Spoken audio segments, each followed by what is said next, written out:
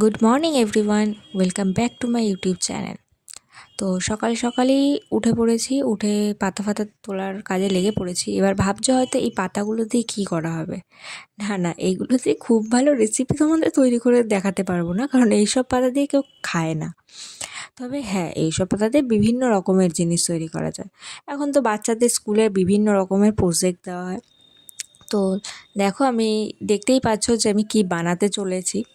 তো এটা একটা ক্লাস 1-এর বাচ্চার প্রজেক্ট। তো সেটা আমাকে দেওয়া হয়েছে বানানোর জন্য। তো ড্রয়িংটা হালকা করে নিয়েছিলাম, আর তোমরা দেখে বুঝেই গেছো যে পাতাগুলো দিয়ে কী করা হবে। তো ভিডিওটা শেষ পর্যন্ত দেখো, আর চ্যানেলে যদি নতুন হয়ে থাকো তাহলে চ্যানেলটাকে প্লিজ সাবস্ক্রাইব করে দিও। আর কাজটা কেমন হয়েছে ভিডিওটা শেষ পর্যন্ত দেখে আমাকে কমেন্ট করে বলো। এছাড়াও তোমরা আরও কী টাইপের ভিডিও চাও সেটাও আমাকে কমেন্ট করে বলতে পারো।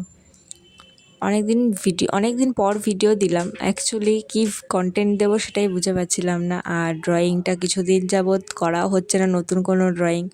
একটা কাজ নিয়ে অনেক ব্যস্ত থাকছি, তাই জন্য আর ড্রয়িং দেওয়া হচ্ছে না।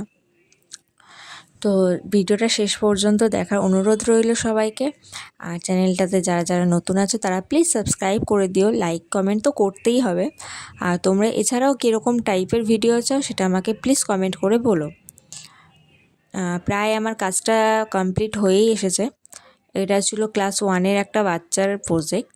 এছাড়াও আরও কয়েকটা প্রজেক্ট দিয়েছে আমার কাছে, ভিডিওটা সেরকমভাবে করা হয়নি। অ্যাকচুয়ালি আমি ভিডিও করার কথাটা ভুলে যাই করার টাইমে, মানে প্রজেক্টটা করার টাইমে আমার ভিডিওটা করার কথা মনে থাকে না।